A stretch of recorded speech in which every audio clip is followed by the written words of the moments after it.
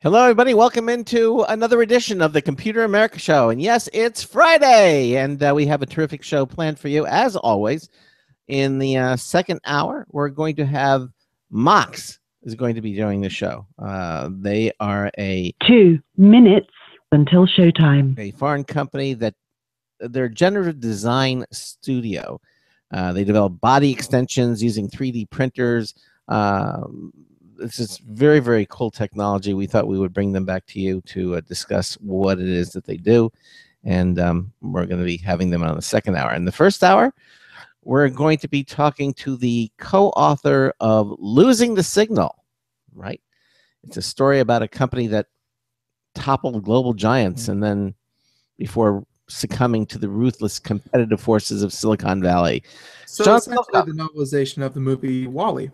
Yeah, Sean Silkoff, how did you know, is going to be joining us here. He's a co-author and also the journalist for the Globe and Mail. We're going to be talking to him in the first hour. Should be a very interesting interview. Of course, since it's Friday, that means we're going to have a social media winner of the week. That's right. Some lucky person's going to win. 1 minute until showtime. The Logitech MX Anywhere 2 wireless mouse, valued at $80. And also, if we have some time, we're going to do computer and technology news, and that's brought to you by Slimware Utilities, the official optimization software of Computer America. So sit back, relax, enjoy it as we begin, and we bring to you a Friday edition of the Computer America Show.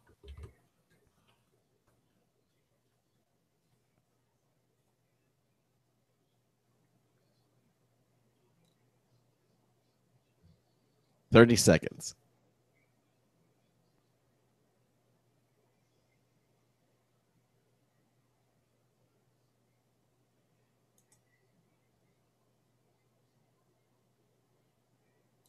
"15 seconds.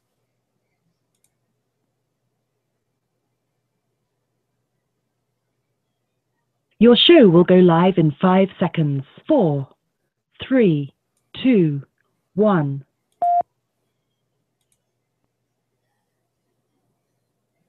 Broadcasting live, it's America's longest-running national radio talk show on computers, Computer America, hosted by national columnist Craig Crossman. Look for Craig's weekly column in your favorite newspaper. This show is being beamed nationwide at ComputerAmerica.com. Keep it here for technology news, computer products, guest interviews, and your phone calls. You're listening to Computer America. Hello, and welcome into the Computer America Show.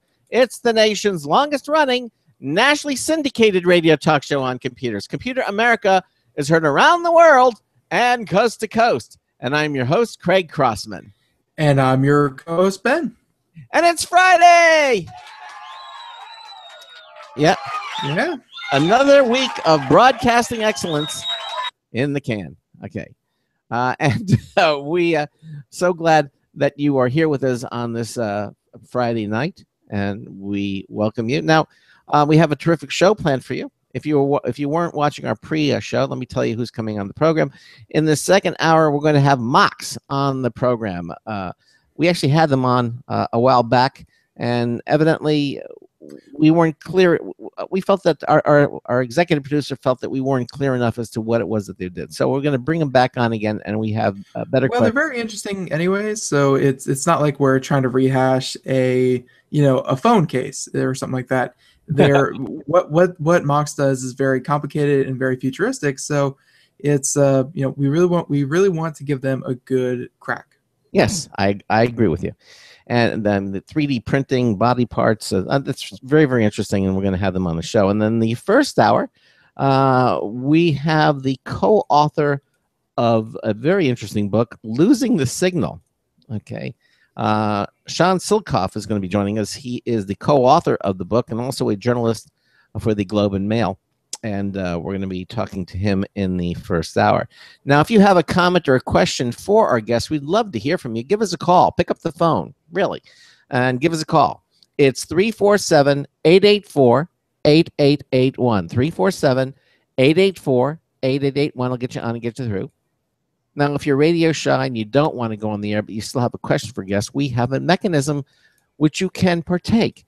and basically go to computeramerica.com, and up the upper right-hand corner of virtually every page that we have on our website, it says submit a question. Just click that, and you go to our question submission page. You just put your name and the question that you want us to ask or a comment.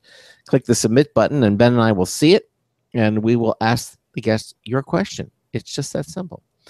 The other thing we invite you to do is join our live video stream. That's right. Yes, we're a radio talk show, but now you can also watch the Computer America program. We provide live video streaming. And what you do is just go and again, on any page, the menu there, it says Show Lounge. Just select that. That's all you have to do. And immediately you'll go to the streaming page. It'll take you there, and the show will begin streaming the live video. So you can see us and listen to us. You can see myself. You can see Ben. Sometimes you can see the guest.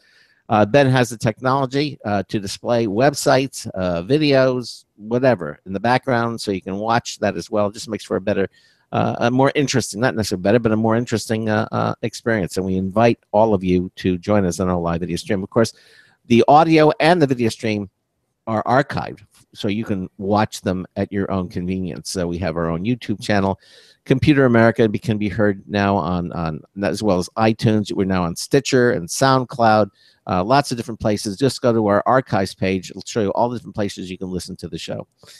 And because it is Friday, that means we're going to have our show reminder winner of the week tonight. Yes, show reminder. Yep. Some lucky person is going to be winning that Logitech MX Anywhere 2 wireless mouse, valued at $80. And again, it's a very cool mouse. It's a brand new mouse introduced by Logitech. You can control up to three. You can switch between computers with an easy switch technology. A little button, you can do that. It's got its dark field technology, so it works on glass surfaces that the mouse would not normally work on. Very cool. It's ambidextrous. It means you can use it with left or right hand. And it's I think we've all been in a situation where you really don't have anything else, so you're like, you're putting it on your chest, you're putting it on your own arm and hand, just trying to get that mouse signal for a second. Yes. Exactly. Less of those situations with the Anywhere mouse. Yes, and you can get that too. So we're going to give that away probably in the second hour of the show. And let's see what else. Oh, yes, and the other big news is that Computer America, starting the 1st of September, which I believe is a Tuesday, we are moving to a brand new time. You'll be able to hear us live now. How long we've been on the air, from 10 to midnight for years and years, and our networks felt that it's a good thing to move our show to the daytime. So Computer America will now be coming to you Monday through Friday from 3 p.m. to 5 p.m. Eastern time. Okay, that's big news. 3 p.m. to 5 p.m. You can listen to us live. Of course, you can listen to us time shifted anytime you like, from all the places that I just told you about. But if you want to listen to us live, we're now live 3 p.m. to 5 p.m. Eastern time, Monday through Friday. So I think that's everything. Ben, anything you want to mention before we get started? Yes, actually, go check out Computer America on Stitcher or SoundCloud, whatever strikes your fancy, as well as iTunes and all the other distribution platforms we're on. But we just added Stitcher and SoundCloud this week. So it's important that you go check it out. If there's actually a very, very nice app for Stitcher for mobile phones and mobile devices, and is probably the best way to get Computer America on an Android phone. So go check that out, and that's about it. We'll keep you up to date if we get added anywhere else, because we like to make it, well, in a sense, easy. In a sense, we want to bash you in the face completely with Computer America, Computer America, Computer America, because we have such great guests on, and we love what we do, and we want you to see that every second if we can. All right. Well, as I mentioned, our first hour guest is the co-author of the book entitled Losing the Signal, which is a riveting story of a company that toppled global giants before succumbing to the ruthlessly competitive forces of Silicon Valley. This is not a conventional tale of modern business failure by fraud and greed. The rise and fall of BlackBerry reveals the dangerous speeds at which innovators race along the information superhighway. Now, joining us tonight is Sean Silcoff. Sean is the co-author of Losing the Signal and a journalist for the Globe and Mail. Sean, welcome into Computer America. How are you? I'm great. How are you guys doing? We're doing fine. Thanks for being here with us tonight. My pleasure. So tell us a little bit of, I sort of introduced it. Why don't you just give us an overview of what losing the signal is about? Well, it's about the rise and fall of a company that really changed the way that humanity communicates, which is kind of a big thing to say, but it's true. It's also about the rise and fall of a partnership of the two long-standing CEOs, Mike Lazaridis and Jim Balsillie. You have to remember the way the world was just a short 15, 20 years ago. Nobody had a smartphone. A lot of people had cell phones, but for years people had thought about, how do you put data over the wireless networks, and no one had quite figured out how to do it until this little company from Waterloo, Ontario, which is kind of a small town, but an hour from Toronto, figured it out. It started as a classic startup. They were originally above a bagel store in Waterloo. Waterloo is a town of about 100,000 people in Mennonite country. I mean, very unassuming place. It has probably Canada's best, one of the world's best math and computing universities, and kind of a modest tech scene. But it was sort of this faded industrial part of the country. And these guys were able to figure out how to do what some of the world's biggest technology companies couldn't. I mean, you had Apple originally, long before the iPhone. They had the Newton, which didn't really work. Wasn't a success. The IBM tried things out with a Simon. There was Nokia. Motorola tried something called the two-way pager. So you had all these companies that were trying to get some kind of a handheld device that would bring computing power into people's palms. And BlackBerry came along, Research in Motion, which is what they were originally called, came along at the right time and put a device in people's hands that delivered, a small piece of the internet that everyone was suddenly being choked on, which was email. And again, it's hard to think back from 2015 just how different the world was back then. But the idea that you could actually get and respond to an email, in a taxi cab, in the lineup at an airport, during your kid's baseball game was completely revolutionary at the time. And within months, this device was adopted by bankers, lawyers, some of the world's most powerful CEOs. And that all started really just in 1999. So this company took off from there, and at their height, they had nearly about $20 billion a year in revenue. They went from delivering just email to creating the world's first functional and popular smartphone. And, they were so successful with this device that they created a brand new market that Google and Apple woke up to. And 2007 basically was when Silicon Valley sort of came on the scene and announced with Steve Jobs on a stage in San Francisco that they were going to take over the smartphone business that Research in Motion had created. And from there on, as we tell in the book, you have this meteoric rise and just a spectacular fall. So that's in essence what the story's about. So let me ask you why I mean, it's a fascinating story, but why did you decide to write this book? What was the reason behind it? This is a company that I'm a business reporter, and Research in Motion and BlackBerry, as it's now called, was always an incredibly fascinating company, and generated a ton of interest. And suddenly, in very short order, you had this company that had sort of seemed to own the world. It was the world's fastest growing company, according to Forbes, just sort of completely cratering. And the two CEOs suddenly quit in early 2012. The world's business media were all over this company trying to find out what had happened, what had led to the downfall. And it took our newspaper we're kind of like the New York Times of Canada. The Globe and Mail's been around for over 150 years, and pretty big business section. And our paper sent a team of reporters out to Waterloo and Toronto, and really trying to get people to tell the story. And it took us a long time. In fact, it took us about a year and a half to finally get the story of what led to the downfall. That came out in September 2013. It was a 6,000-word piece. It was the #1 read story on our website of the year. Wow. In fact, the story was so popular that it was picked up by just about every business medium in the world. It was kind of a phenomenon. So that told us that there was an enormous appetite for a story still about this company that had changed the world.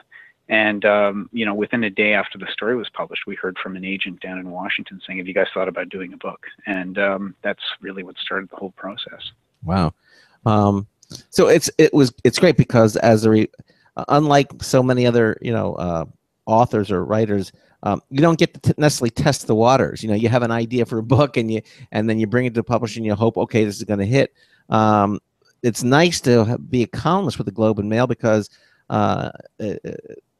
it's credible, has a great history to it, and you're able to put something out there and get a reaction to it. And if you see this great interest, that when you write the book, you already have it. It's sort of like already built in, which is very nice, I would think. Yeah, and we knew at all times doing this book that there would be great interest, and really what made it great for my co-author Jackie McNish and I was early on. I mean, we said, look, we can't do this book unless we do it right, and the only way to do it right is to get the complete full participation of these two long-standing CEOs. They hadn't really said much since leaving the company.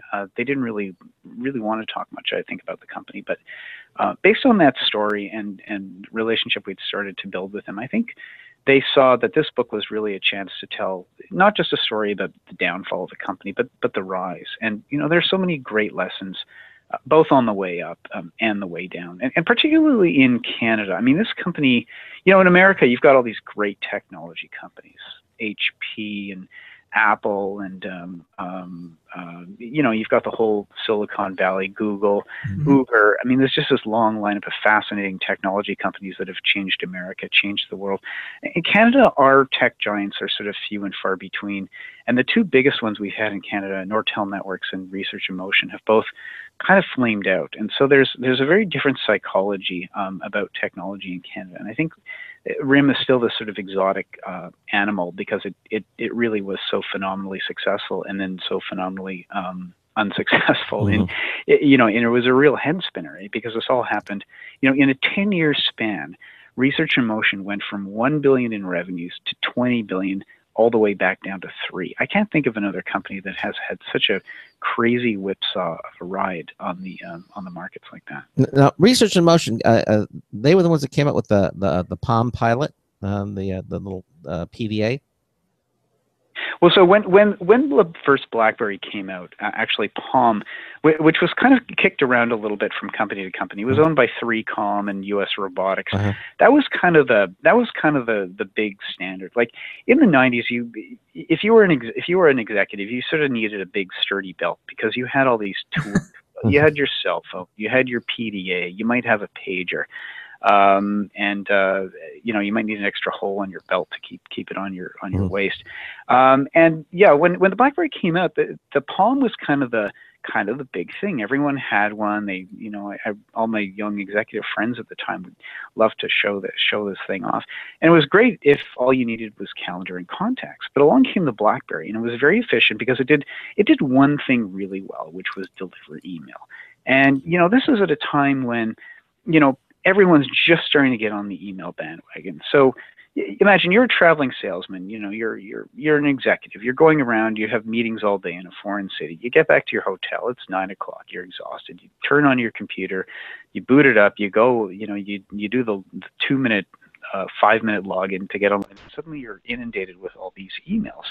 And it was just a real pain point. So the ability to deliver email and then throw in calendar and contacts to boot, which was the main point of Palm, it really kind of very quickly led to the downfall of Palm. I mean, Research in Motion, the BlackBerry, really spelled the end of a lot of things. I mean, Motorola's pager business and cell phone business really started to kind of go downhill once email pagers took off. The Palm Pilot really had its moment, but they couldn't replicate what BlackBerry did on email, so it started to go down as well. And then, of course, ultimately cell phones like Nokia, which ruled the roost. A lot of these big cell phone makers couldn't really make the jump successfully to smartphones.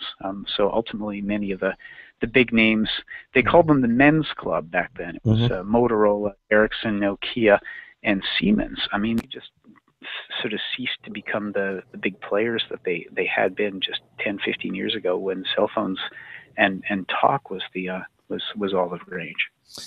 Well, now, as most of us know, the story is not necessarily the product, but the people that are behind the product. some. And would you say that's where the real story is, Sean? And oh, absolutely. Yeah, I mean, these are two absolutely fascinating, brilliant people. So Michael Lazaridis is he's the son of Greek Turkish immigrants. Came to Canada very young. He looked up to them as kind of travelers and real voyagers in life. And they were merchants and adventurers. And Mike was a boy genius. Like he made a record player out of Lego, and it actually rotated when he was 4 years old. By the time he reached high school, he was fixing stereos for his all his teachers. They would basically drive them to their homes after school, and he would fix the hi-fi system. When there was a big blow up in the chemistry lab, Mike would be the guy who'd come. He's very calm, very thoughtful, intelligent, low-key guy, and he would fix things. Once there was just boxes and boxes of computers, and his teachers would sort of let him loose to kind of fix everything up.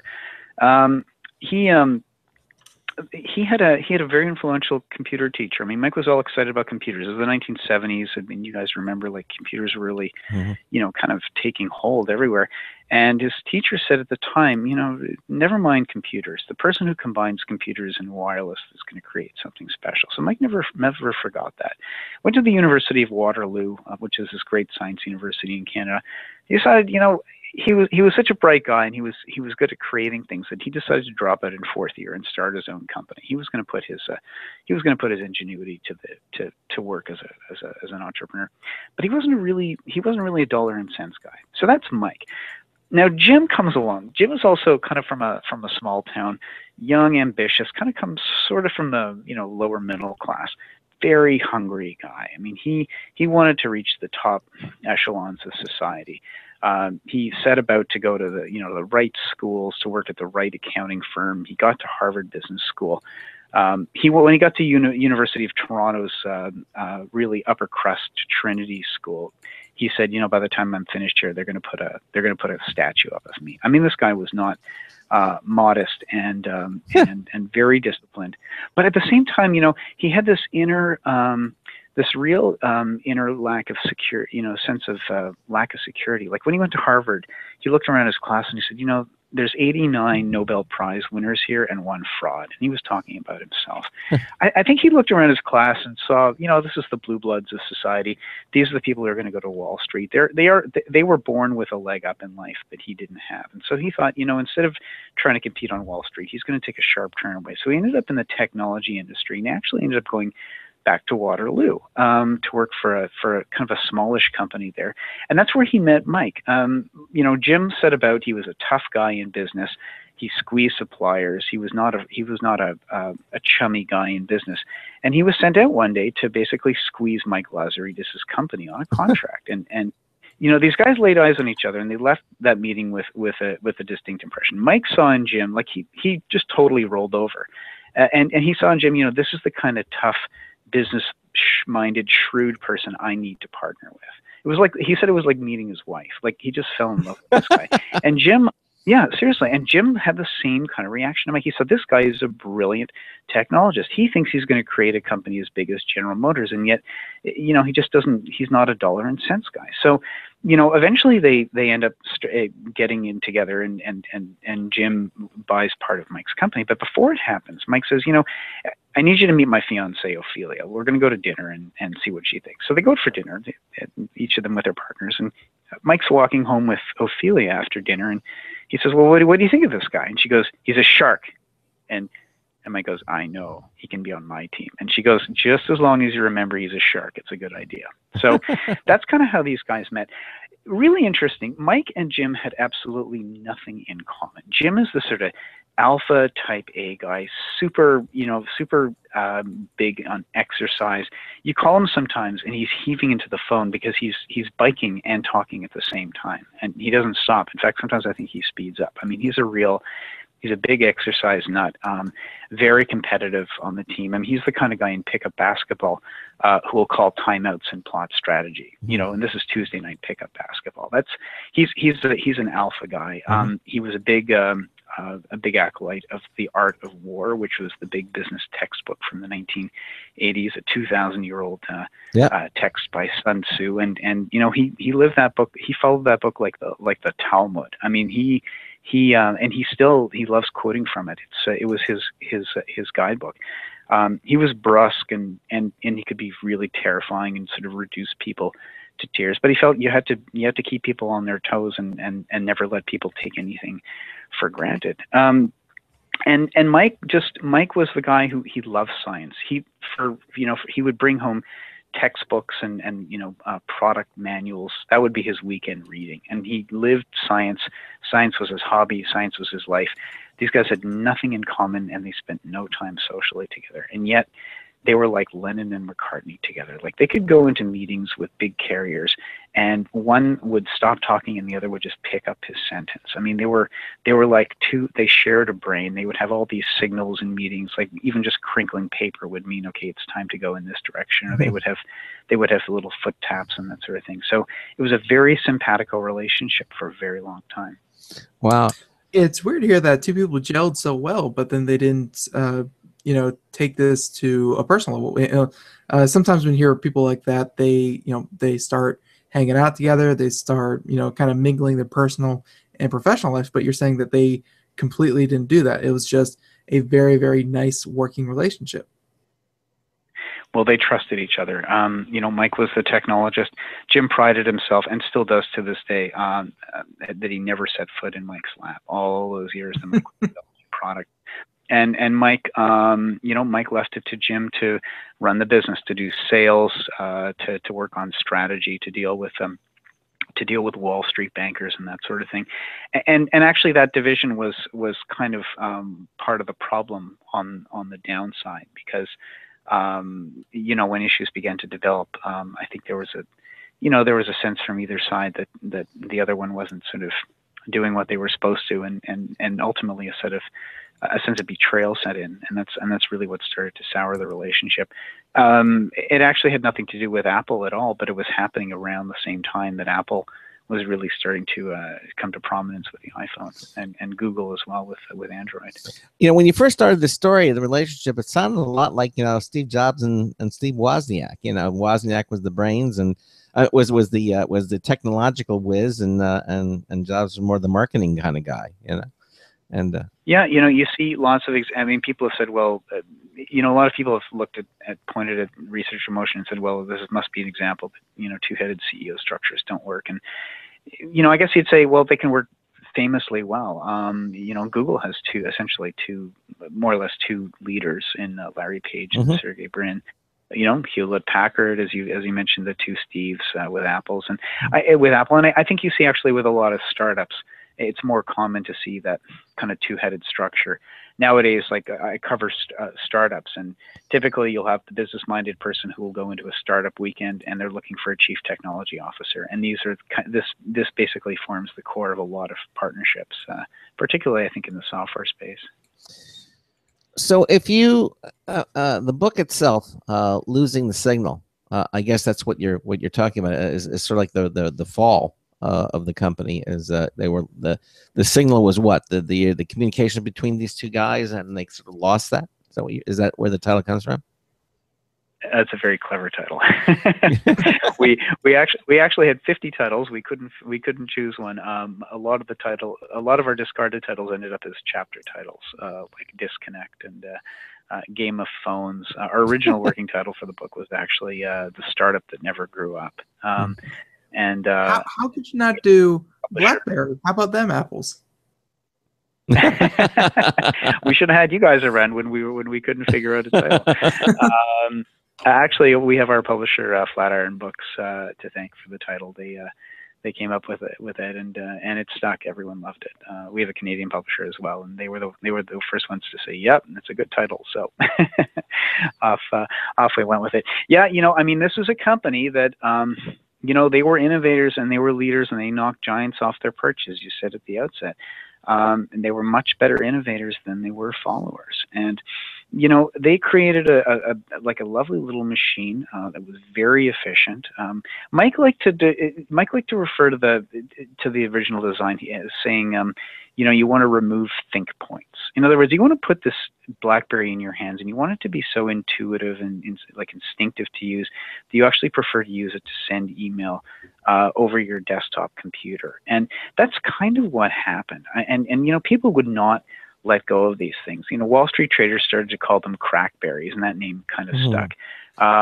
People would take the device everywhere, as you know now, because our kids, you only see foreheads or the top of heads now at the dinner table sometimes because everyone's on their smartphone. There was a repair service in Houston that told us they were fixing 100 BlackBerries a week, specifically that had been dropped in the toilet. So think about that. 100 a week, and I think one of their biggest customers may have been IBM, if I'm not mistaken. But anyway, think about that. 100 BlackBerries a week that are waterlogged specifically from being dropped in the toilet. I mean, this is how pervasive the issue is. Jim Balsillie, the CEO, lost 3 of them to the toilet. I mean, people just would not let go of this thing. So that's the kind of one of the curious things about it is that how well they developed it. But it was it was like a distinctive piece of hardware. It was more the hardware that worked so well.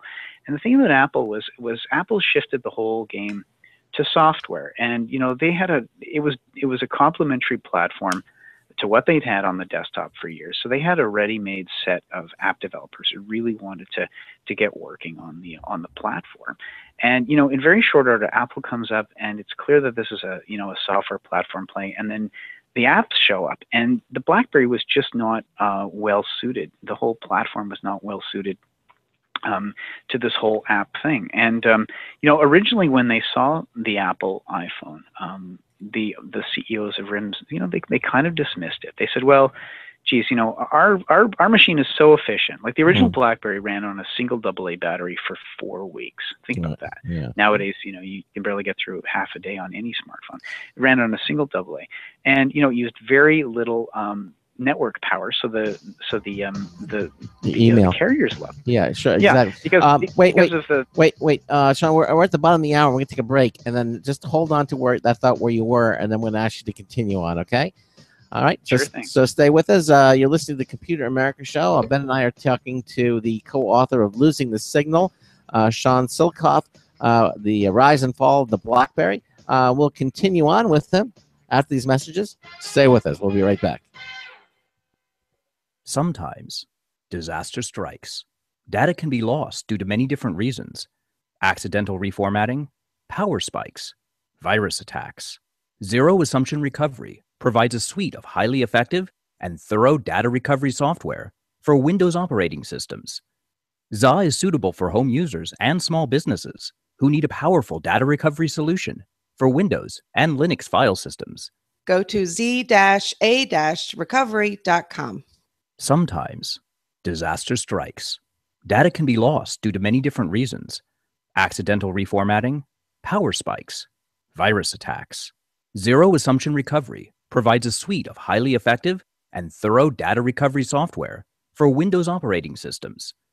ZA is suitable for home users and small businesses who need a powerful data recovery solution for Windows and Linux file systems.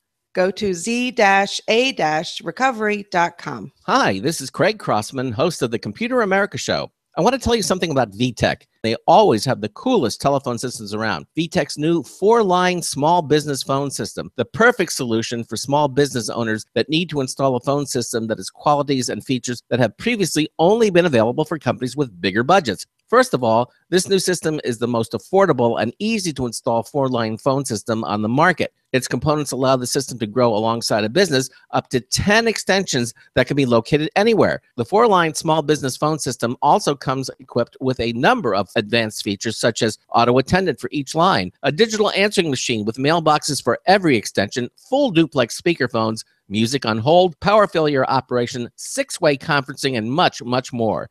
The VTech 4-line small business phone system is available in stores and online at Office Depot, Office Max, and Staples, as well as online at www.vtechphones.com. Tell them I sent you.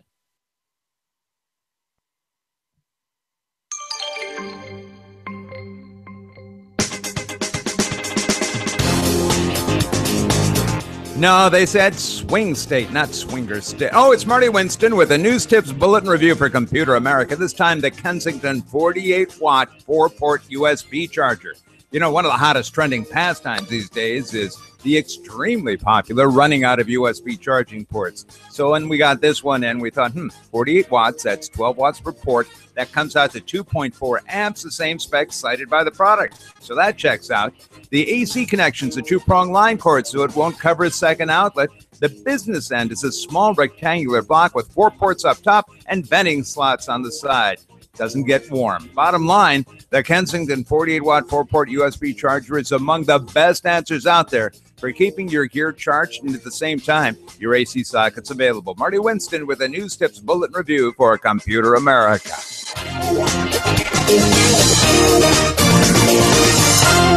Welcome back to the Computer America Show.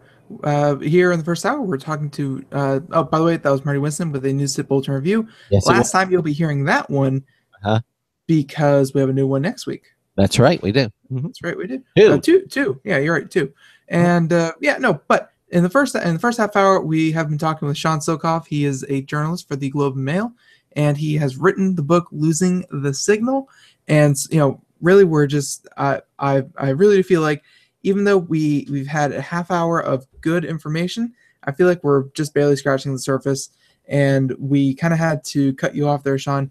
And I believe you were describing, just what the advent of Apple and what Apple did to the whole, smartphone, or where BlackBerry, really started the smartphone market.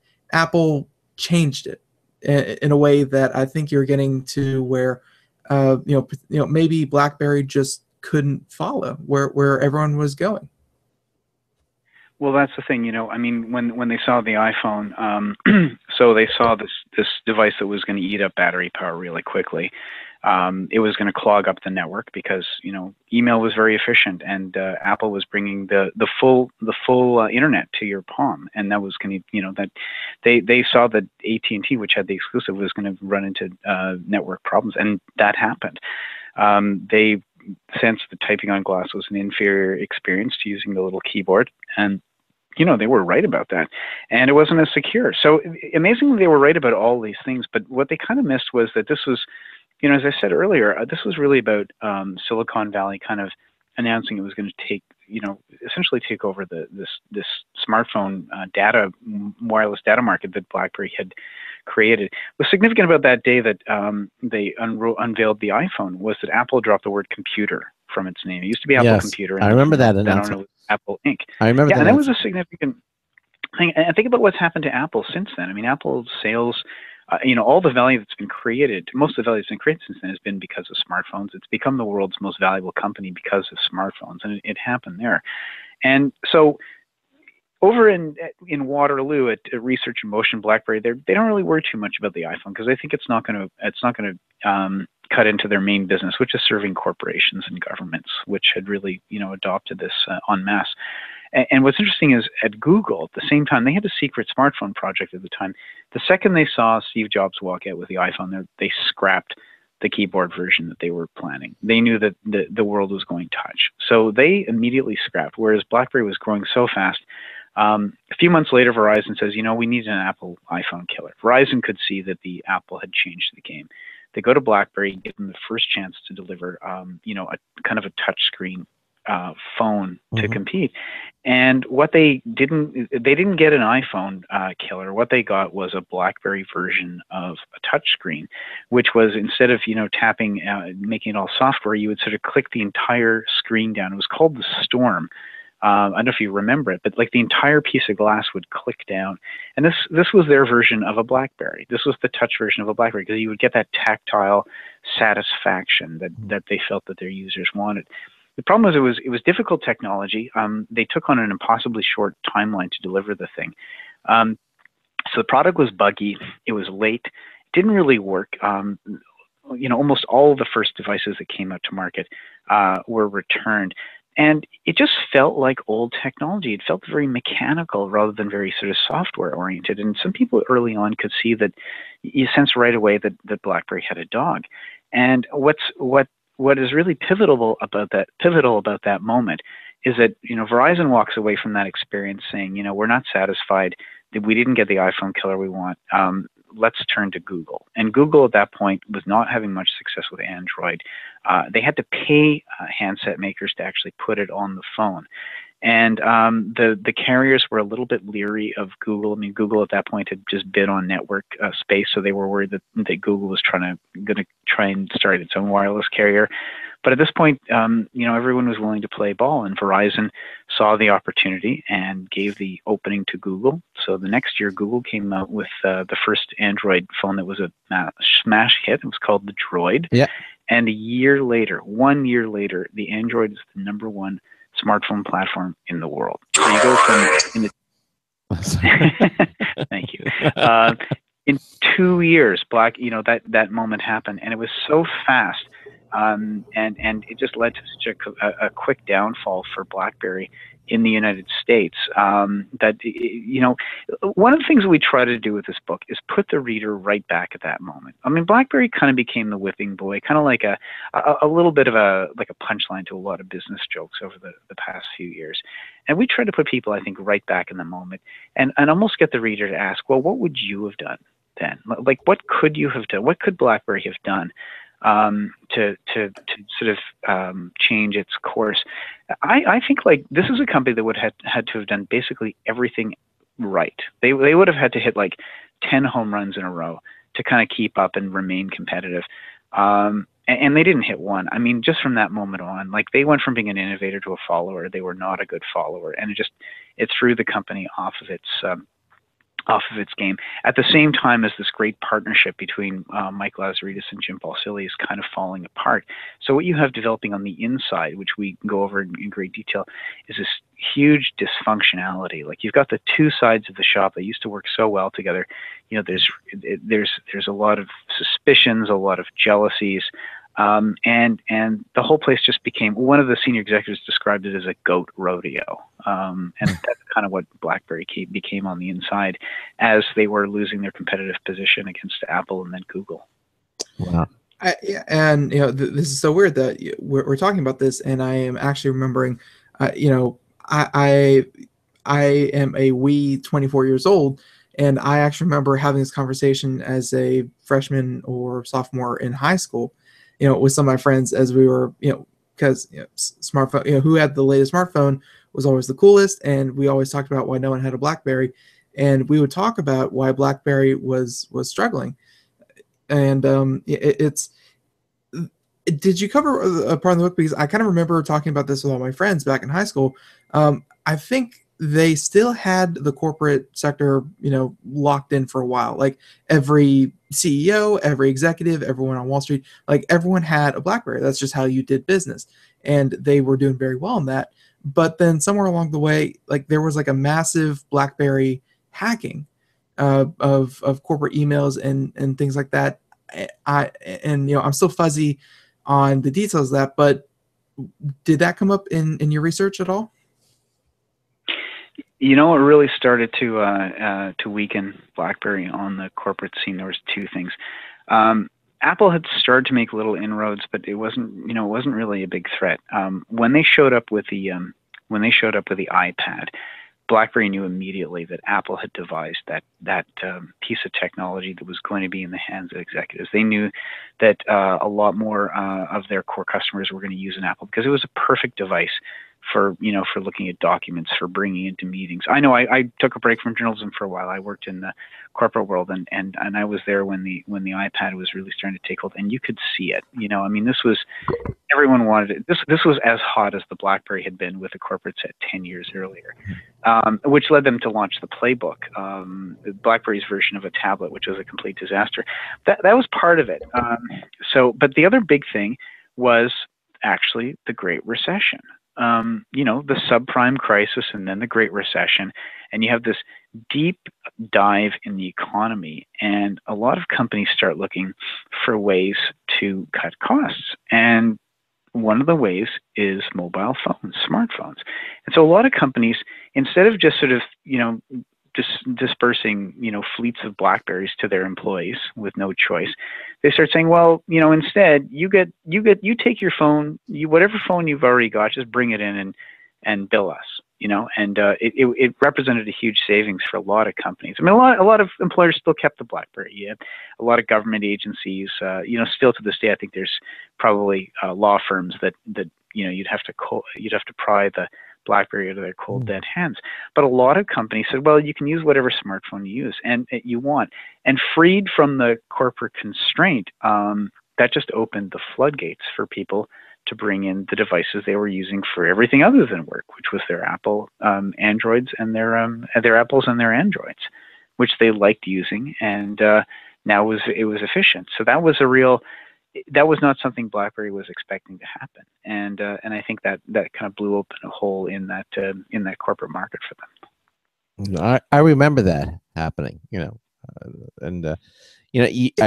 I forgot about it, but the moment you start talking about it, I remembered exactly that what began to happen. I think this is something that anyone who reads your book, where I just had one, Craig just had one, and BlackBerry was such a public company, and it was at the forefront of everyone's minds, that I think as people are going to read this, and I'm kind of asking this, when you when you finish the book and people start reading it and talking to you about it, but are people going to kind of pick this up and say, oh yeah, I remember what I was doing when that happened, or when this happened in the story? Like they could probably relate the events to what they were doing at the time themselves.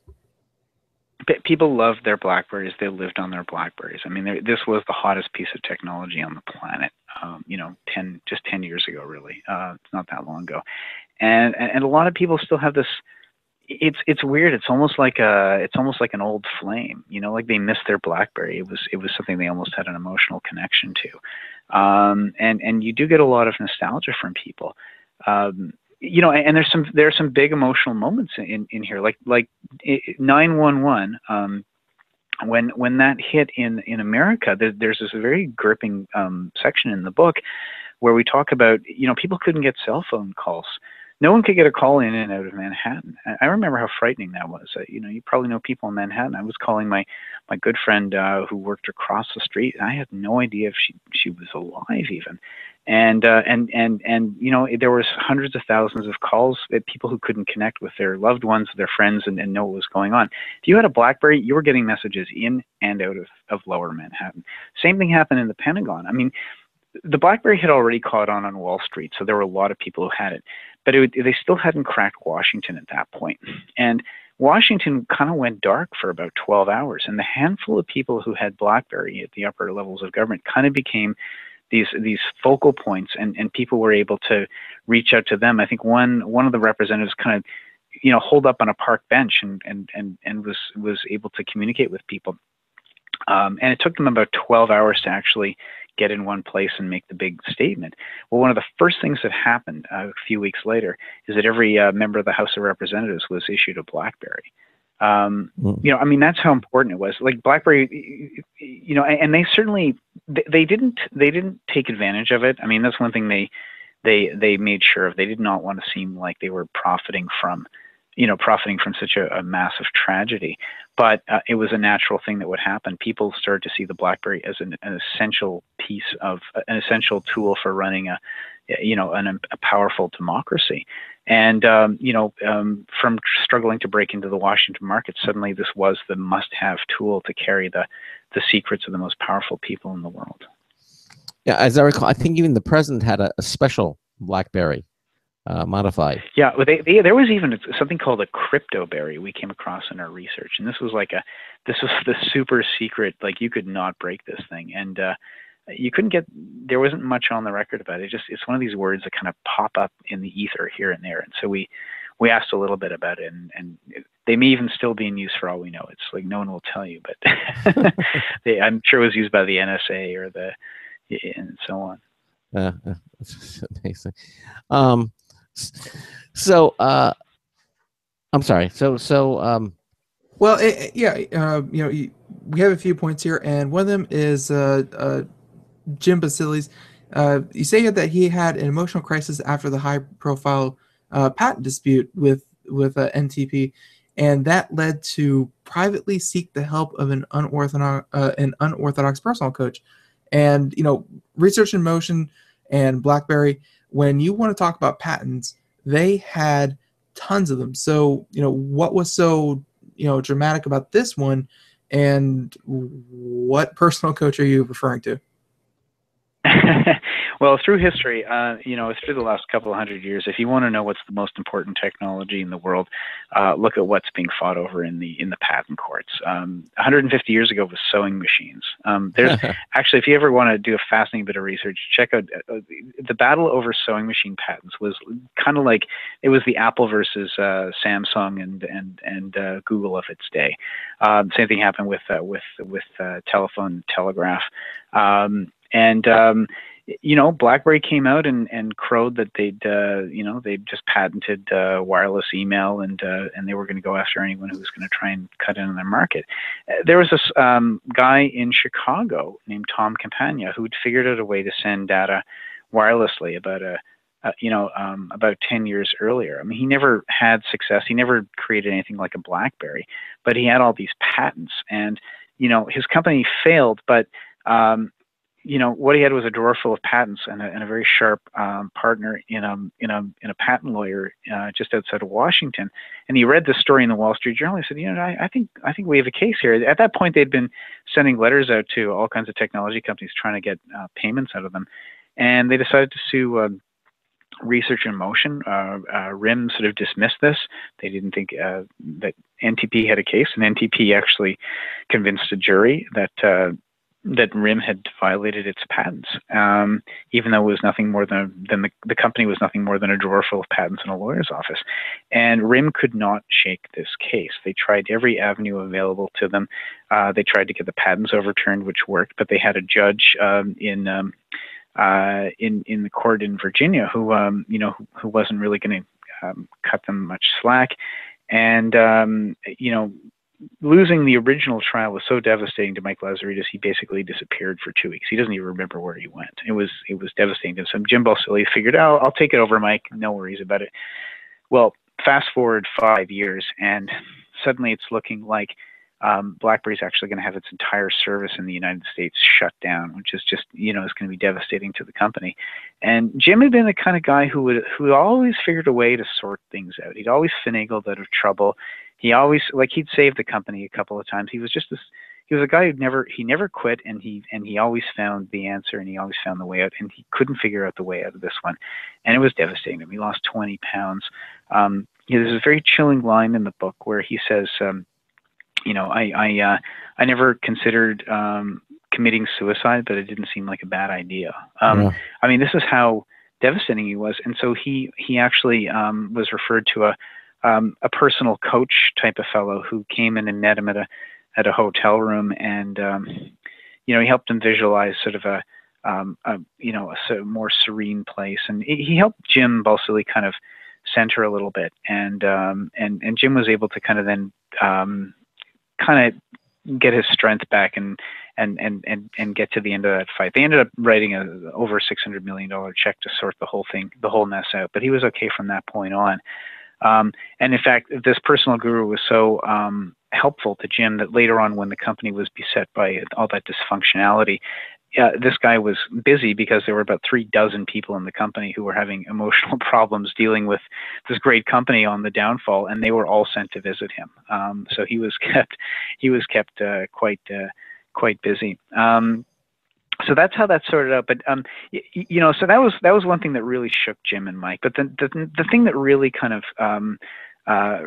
of put an end to their closeness as co-CEOs was a stock options scandal. A lot of companies were doing this, especially tech companies. They were repricing stock options, and the regulators, I think, tried to kind of it seemed like they tried to make an example out of Research in Motion. And, it was pretty heavy-handed stuff. There was the SEC was investigating them. There was the Department of Justice. And Mike Lazaridis, who was the technology guy, kind of felt like he'd been let down by Jim. Jim was supposed to sort all this stuff out. He was supposed to know how it all worked. And here was Mike, feeling like, the whole company could be taken away from him. And it really devastated him. And Jim got the distinct impression, he was left with the impression that Mike was kind of like leaving him alone and not turning evidence against him by any means, but kind of distancing himself from the decision making and kind of leaving. He felt, I think, a little thrown under the bus. And for Jim, it's like Jim had always thought these, we're the two co-CEOs. We go shoulder to shoulder. I bailed Mike out of past situations before, and it really built in a sort of a sense of mutual betrayal, I guess, between the two of them. And they continued to communicate and they continued to run the company, but things were never really the same after that. And people could tell. It was like, it's like the kids can tell when the adults in a marriage aren't getting along anymore. Yeah. And that's kind of happened. And that all happens right as Apple is starting to really take off with the iPhone. You really start to see how, looking back at it from an outside perspective, you're like, oh, BlackBerry Research in Motion should have done this. It should have done this. They could have done this. Blah blah blah blah. Like, you could make a very neat checklist, but in the moment and at the moment, you were saying that you were hoping people reading this and asking them the question, what would they have done? There's a whole personal side to this, because I guess the two were, working so close together. There's a whole personal side that, sometimes you can't control like you can a business situation. Yeah, and they're running so fast too. I mean, like, this is still, so Apple comes out in 2007. 2 years later, BlackBerry is named the fastest growing company in the world. I mean, this is a company that's growing 25% quarter over quarter, and they're making stuff. So they have to, they needed to get new factories. The BlackBerry was taking off around the world. I mean, BBM, which was the instant message service, was massively popular. I mean, WhatsApp kind of usurped them, but this is yet another example of, these guys introduced the first killer app of mobile, which was email, and they introduced the second killer app of mobile, which was instant messaging. Those both came out of BlackBerry, and BBM was what drove adoption in places like Saudi Arabia and Indonesia, because now you didn't have to spend on expensive text messages. You could send these anonymous pins, and they were discreet and they didn't use much data, and so it just led to an absolute mushrooming of use around the world. And that actually kind of papered over what was, the decline of the business back in North America. So, Jim called it to strategic confusion. They didn't really know where to play. Like, should they continue to ride this international wave driven by BBM? Should they become, app driven? And, over on Mike's side of the shop, like, the Storm didn't work. So Mike tried to do a Storm 2, and then he tried to do a Storm 3. So he spent, about a year and a half, 2 years trying to fix this technology that was not going to be the future. And then he thought, well, we need a new browser. And then the browser was slow. And the reason the browser was slow was because the operating system needed to be changed. So there was a whole bunch of decisions that were made one after the other. And by the time they finally got their new platform out, which is called BB10, it was 2013. It was 6 years after the iPhone came out. I mean, nobody has 6 years in technology to catch up with, to catch up with a new leader. And that's ultimately what happened. They fell behind on apps. And, if you're an app developer, if you're a software developer, you're not going to develop an app for every platform. You're going to pick one, or you're going to pick two. Well, those two would be Apple or Android. And so you saw some of the most popular apps just bypass BlackBerry altogether, like Uber, for example, or Instagram, and Netflix. And so gradually you're left with this thing in your hand called the BlackBerry that doesn't deliver to you the apps that everyone wants. And that was that, and that obviously had a huge impact on sales for them. Well, I'll tell you, it's a fascinating story, and we've been talking for. I'm sorry, you, Sean, have been talking straight for an hour, and you haven't even covered, a fraction of the questions that we had, wanted to ask you, and I'm sure a fraction of the actual information and the stories in the book Losing the Signal. So, it sounds like it's a very fascinating read from a company that everyone seemed to love, but then just kind of petered out. Yeah, exactly. Yeah, I think the story is destined to become kind of like one of the core business 101 stories of our time, because again, smartphones, this is the piece of technology of the 21st century. These guys brought it to market, and yet, like some of the great pioneers of past technology were not the ones to benefit ultimately from the success of the whole class of devices. Now, if they want to get a copy of the book, Sean, where can they go to get it? It's available where books are sold, Amazon or any bookstore. There's ebook and audiobook, and also the hardcover you can buy. Okay, and what's the book go for these days? That's a good question. I probably shouldn't say, because Amazon has very different pricing from your local bookstore. I would say support anyone who sells books. There you go. And again, Losing the Signal is the title of the book. Oh, and I just want to get this out there because we've been talking all night long about the missteps, the tragedy that is everything. BlackBerry.com. Go buy a BlackBerry. They still make them. They're still around. So it's and they've come up with improved versions, so they have that square. Yes, the Passport. Yeah, and the Passport. They've got a bunch of them, so there's you can still find them. But they're again, still there. They're still out there. Yeah. Yes, they are. Losing the Signal: the untold story behind the extraordinary rise and spectacular fall of BlackBerry. Again, Sean Silkoff. Thank you so much for being with us here tonight. Fascinating read, and we highly recommend that to all of our listeners that you read it and check it out for yourself. Thanks, man. It was a real pleasure. Hey, Cheers. Sean, listen, thanks again for being with us here tonight, and best of luck to you. Okay. Okay. Take care. Take care now. Bye-bye. Bye. Bye. All right. So there you go. Again, Losing the Signal. Sean Silkoff. Again, journalist for the Globe and Mail, and very interesting story. Yes, it is. Real quick, I was gonna say, but of course, the story is not over. Just want to make that clear. Yeah, they're still around. We shouldn't talk to them in the complete past tense because, hey, you can go buy a BlackBerry right now. Yes, you can. It would probably help the story too. Well, now my understanding is that our next guest is going to be joining us. So, during the program, he actually appeared in the Hangouts, our live video feed twice. I saw him, and then he disappeared. So hopefully he'll be back shortly, and we'll be doing that, because the name of the company is MHOX, and they make some they use 3D printers to generate very interesting biological devices. And we're going to be talking to Filippo Nassetti, who is the partner and lead designer for MHOX. And hopefully and not just that, they also do a lot of research, which is actually what we're going to be focusing on tonight. However, if he doesn't show up, we'll do Computer and Technology News, brought to you by Slimware Utilities, the official optimization software of Computer America. We also have our show. We also have our social media winner of the week. It's all coming up in hour 2. Broadcasting live, it's the only national radio talk show on computers to air every weeknight. Computer America, hosted by national columnist Craig Crossman. The first hour's behind us, but there's still more of tech news, tech talk, and your phone calls. We're being beamed nationwide at ComputerAmerica.com. You got computer problems? Bring them on. You're listening to Computer America. Computers run the world, and we run computers.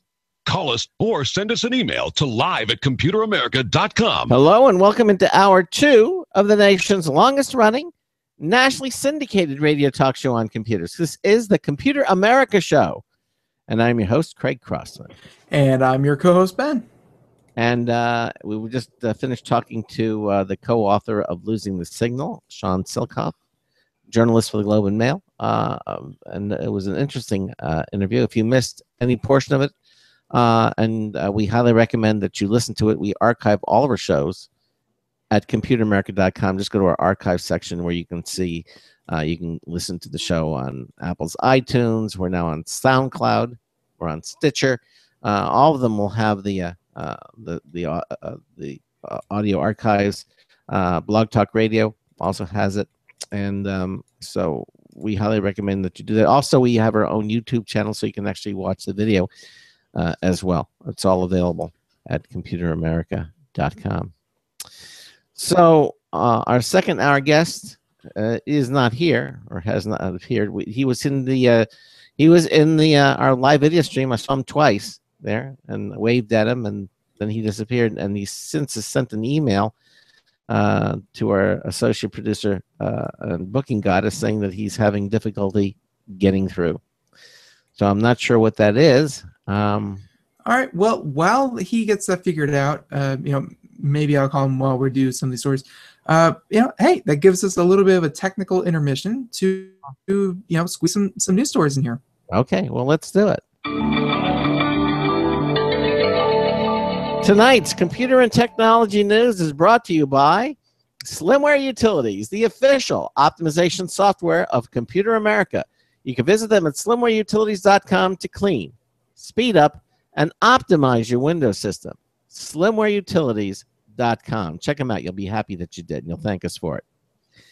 So, okay. So, why don't you pick a story? All right. Yeah, I guess I'll begin. And tonight's first story is about Valve and by the way, this story, Max and PC, Paul Lilly, the ever vigilant tech demigod that he is. Valve and HTC's Vive VR headset to see a limited launch in 2015. Finally. Although, of course, we don't want a limited launch. We want a full-blown finished product launch. But hey, limited is better than none. So, the Vive VR system being developed by Valve and HTC, we told you about earlier this year. We being Max and PC. It's one that impressed one of the reporters, and who actually had a chance to put the thing on. And he said that it was the best virtual reality experience he's ever had.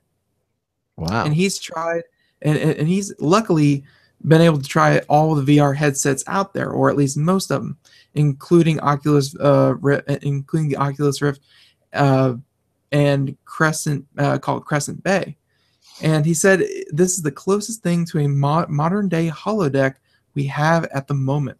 Wow, that is a very flattering comment. Very flattering. Yeah. So, and though you will be, okay, I'm going to say this in one way, but it's going to make you mad when I say it the other. You will be able to buy one this holiday season, or at least you were supposed to. And that will be true for some of you. Though for most people and most early virtual reality adopters, they'll have to wait until 2016 to experience the Vive. That's because Valve revealed HTC will only make available a limited quantity of Vive VR headsets for its 2015 launch. They have a quote here, actually. Quote, later this year, HTC will offer the first commercial Vive units via a limited quantity of community and developer systems, with larger quantity shipping in calendar Q1 2016. This out at PAX Prime. So it's disappointing because we've seen firsthand how awesome the Vive VR is, and yeah, it's just been pushed back. Well, it was supposed to be released this holiday season, but they're saying it's pushed back a quarter. So as far as product delays, I think 1 quarter isn't that bad compared to what we've seen from some other companies, and especially from, I know this isn't Kickstarter, but from Kickstarter like products for very, very new products that haven't even had a first round release to consumers. 1 quarter of a delay isn't that bad, so pretty cool. Although if you were hoping for it this holiday season, you are probably 99% out of luck, except for the very limited numbers that they have. Is it going to require special software to? Will all games work with it, or does the game have to be designed? Designed for Oculus Rift. Okay, yeah, thanks. Oh, so this will work with any game that works with the Oculus Rift. Well, this is actually called the Vive VR system, but yeah, no, they have to have apps or games, which I guess are just apps. Apps have to be specially designed to take advantage of the dual screen. They have to be some of them have to be designed to take advantage of the not gyroscopic, the motion sensing. Yes, accelerometer. Accelerometer, yeah. So games have to be designed around it. It won't be a one-to-one port where, oh, I bought this, now I can play World of Warcraft like I was really in World of Warcraft. Not going to happen. They have to be designed around it. But people just want to get their hands on it. They want to see what it can do because everyone, at least everyone that I've heard, we've even had some of our correspondents on who've tried them out at conventions, Yep. and everyone who's tried them has said they are awesome. You don't really know how awesome they are until you get your face into one. Yep, exactly. Well, hopefully you'll be able to get your face into one soon. It's a dream for everyone, isn't it? Yes, it is. I think one of the best pieces of technology from Star Trek, barring any kind of spaceship and barring phasers, all the phasers are coming, the holodeck. Yeah, the holodeck was one of the most iconic pieces of technology, probably right there next to the transporter. It's it's probably a close tie, and the replicator. And the replicator. There's only a few, but the holodeck was such a big one. And for this to be compared to a holodeck, of course, you're not going to be there in person. Mm-hmm. But if it gives you that sense of, okay, I'm in a situation, Mm-hmm. and the situation can be anything that I want it to be. That's as far as new technology goes, this seems not only possible, but in the next couple of years, it's we're going to start seeing it. Yep, exactly. Can't wait. Can't wait. Nope. Although, from an earlier article, we must warn you that these things are going to run off of high-powered gaming computers. Yes. So if you don't have a gaming computer and you think you're just going to run out, purchase one, and jump right in, it's not going to be that simple, because I believe they released the minimum specs, and you need a mid to high range graphics card, power supply, and processor. Yes, and lots of memory. Yes, and lots of RAM. And so, yeah, make sure you're up to snuff on all those for the coming year or two, and you should have your pick of the litter of virtual reality headsets. Yep. All right. Okay. Well, here's more bad news for Flash, which is a good thing. My Chrome-loving co-host will find this of interest, from Kevin Parrish at Maximum PC. Chrome is set to kill automatic Flash playback. Not to kill flashes, but to kill the Flash playback. Because what was it? It was earlier in the year. I think Google added a setting in Chrome that allowed users to switch off specific plugin content, such as Flash-based ads, to help speed up page loads and reduce power consumption. And they go for the procedure what you do. Now, users could elect Chrome to run all plugin content, let the chooser what content that can run freely on web pages, or allow Chrome to detect and run important plugins content. You can do that. Well, evidently, back in June, Google offered advertisers 3 methods for getting ads to the eyes of Chrome users without using Flash. Okay. Google's AdWords would automatically convert Flash to HTML5, because I've always said HTML5 can do anything that Flash can do, and then some. They'd also create ads from scratch using HTML5, or they're going to upload their own HTML5 ads. Okay, so that was it. Now, Google is saying that Flash ads will be paused by default. In other words, starting the 1st of September, you're going to have to tell Chrome to run Flash ads, because when you get it... Who is going to do that? Well, I guess this is part of the death toll for Flash. And that's it. In other words, you're going to have to tell Chrome to run Flash ads. Otherwise, you're not going to see anything. And according to Google, they're saying that most Flash ads will be converted to HTML5 by default. Okay. But if they're not, advertisers need to identify their Flash ads that can't be altered. Okay. Now, according to the story here, he says many websites use Flash to wow potential customers, because they're, let's face it, they're flashy. They're animated. They look really, that type of thing. It's a great way to grab attention. But it's also incredibly annoying, because you're seeing stuff that you don't really want to see. Which we discussed earlier in the week concerning advertising and Flash ads. And we went over how advertising on the internet is going to have to change. Do you remember that whole conversation we had? I do. Yes, I do. Yeah. And how pop-ups are so annoying, but at the same time, they work. So they have a weird dichotomy. Yeah. And then they added that feature, which I really loved about Google Chrome, which I still don't think I can get in Firefox, and that they added an icon to the tab that shows up whenever a website is playing audio. A little speaker comes up, and I found that because I opened up several tabs, for different things, and then of course you start hearing audio, and then you have to go to each tab trying to figure out which one is playing the audio. And if the video is somewhere further down and you don't see it originally, then you have to scroll all the way up and down. So it's nice. Now you just look and you see which tab is playing audio, and you can just click. Not only that, but there's an option deep in the settings. You can turn it on, and that little speaker that pops up. Mm-hmm. You can click that little speaker, and bam, the whole page is muted. Yep, that's really nice. I don't know why they don't do this with Firefox, or they still haven't done it. Maybe they have a web slacker too. Yeah, but bottom line of the story is that basically Chrome is still going to pause all minor Flash files, allowing the visitor to click and play the Flash elements if desired. And that change again will begin to roll out next week, which is the beginning of September. So there it is. Yet one other thing to kill Flash.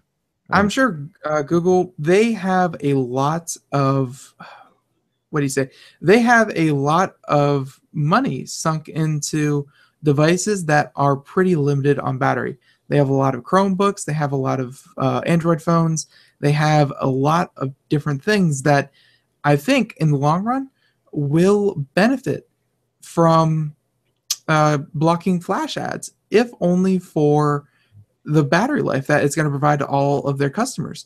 So I think as soon as I saw the amount of Flash ads there are on the internet and how much energy this is going to save their customers, if you can extend any of these devices through casual web usage and you somehow manage to get them an extra hour just by doing this, just like you see it, they're going to be all over it. And hey, just hearing the report, and now we're 3 days from the end of the month, they're doing it whole hog. Mm-hmm. All right, good enough. People should like this too. Sorry if you're a Flash coder out there, might be time to pick up another language. Yeah, but or learn HTML5. That's another language. Yeah, exactly. So, it's better for society. It's not always that you hear things that need to go for society to move forward, but hippies had to go, and now Flash, you got to go the way of the hippie. There you go. So this next story, while we continue to wait for our guests from MHOX, this next story, a video game that can turn you vegan. I say that with the appropriate amount of odd euphemism. Yeah. But no, can this game turn you vegan? This one from Popular Science and G. Clay Whitaker. The creator explains his provocative game where you're a cow who slaughters humans. Okay. Now, I will say this game is absolutely free, available for download. The name of it is called, I believe it's That Cow Game. Yes, That Cow Game. And you can go find it on their website. You can go download it. It's not it's pretty graphic. I mean, not going to sugarcoat it, but if you can handle Doom back in the 80s and 90s, then you can handle this. And it's set in the same kind of blocky graphics as we'll call it Minecraft. Yeah. All the different blocks. And there are, of course, some texture slap onto it. And it's very, very basic. Nothing is, too graphic, because all the graphics are very low quality. But this is a game where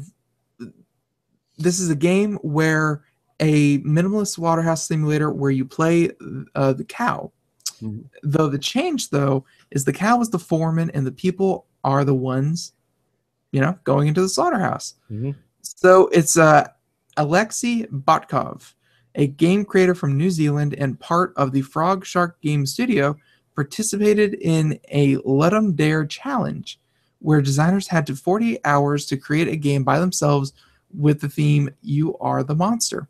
And he has a quote here: "I eat meat and I am a monster. Really, with that cow game, I'm questioning my own relationship with the whole thing and trying to figure out what my values are." That's a pretty nice statement. Yeah. What do you think? I'm sorry, just reading an email that just came here through. Oh, okay. You do that. No, but sorry, it sounded like you were going to say something. But no, yeah. Again, I eat meat and I'm the monster. Really, I'm questioning my own relationship with the whole thing and trying to figure out what my values are. It's a nice little idea that you take this video game and you do something as very, very simple as reverse the roles. And it's nothing's really changed.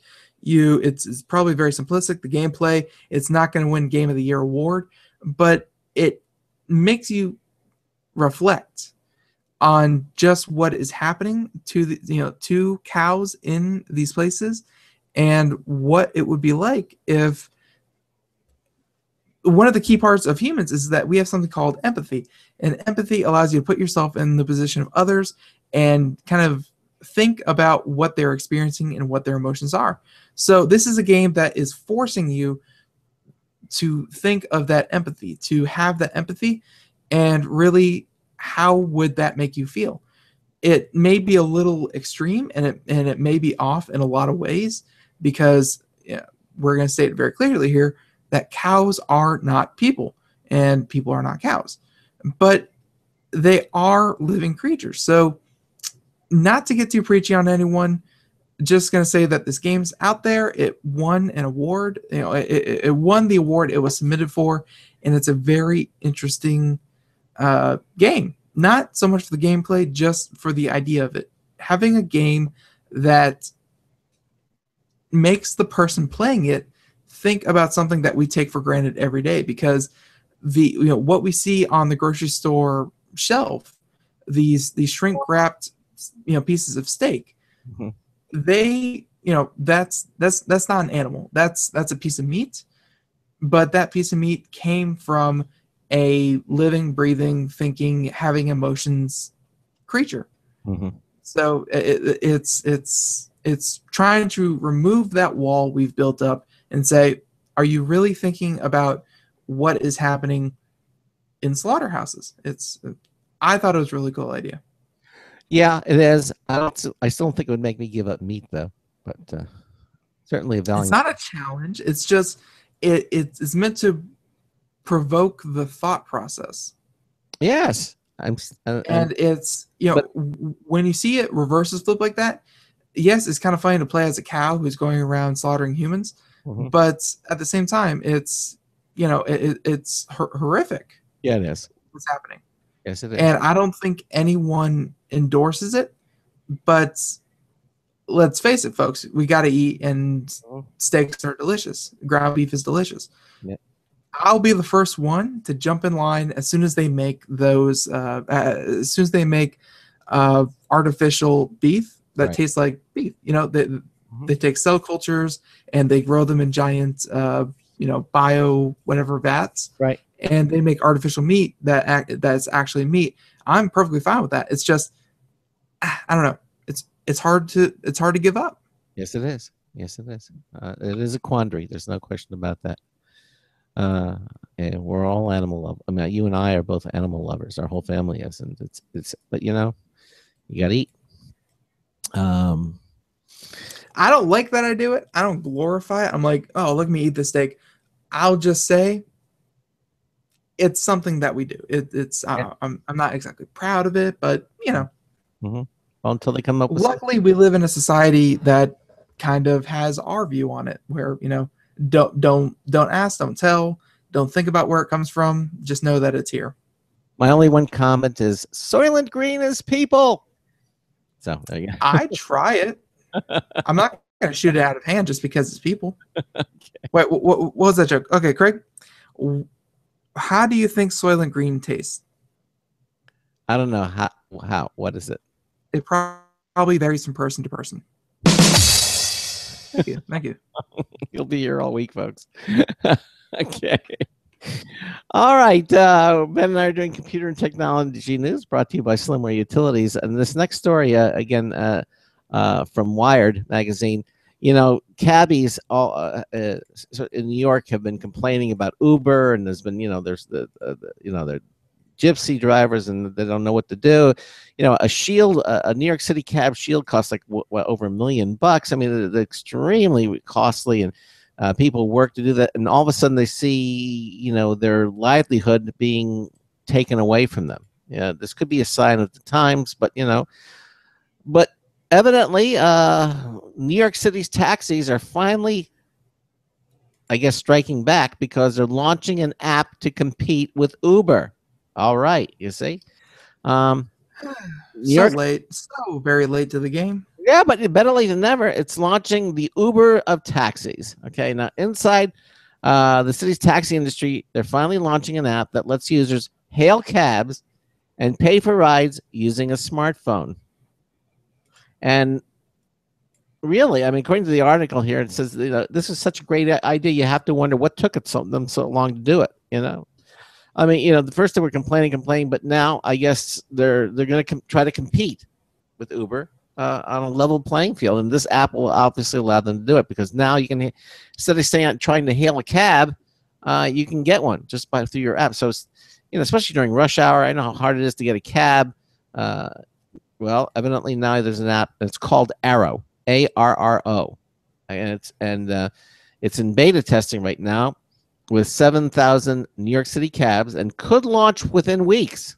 Right now, let me tell you how it works, okay? A user launches the app, which gives the nearby cabbie the passenger's name, pickup address, and cross street. In the meantime, the user gets the cab driver's name and ID number. The app saves credit card info, letting passengers pay the metered fare and tip automatically. That's very convenient. Very convenient. Yeah, very convenient. And another advantage is no surge pricings. In other words, the app developers said that the fares will always be meter based. So that's nice too. So it keeps the plane. There's no cost to using this, and the only thing you're going to get is the better chance of hailing a cab and getting a ride when you need it. You can do it ahead of time. You don't have to run down to the street corner and hail a cab. You can just almost have one waiting for you.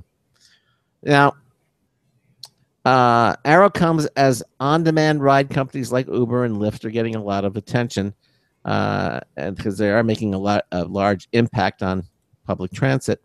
So basically, New York's Taxi and Limousine Commission has seen a dramatic drop in the price of taxi medallions.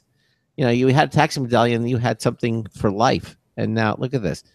And an increase in foreclosures for medallion owners because a lot of them can't pay, you know, make the payments for the medallions.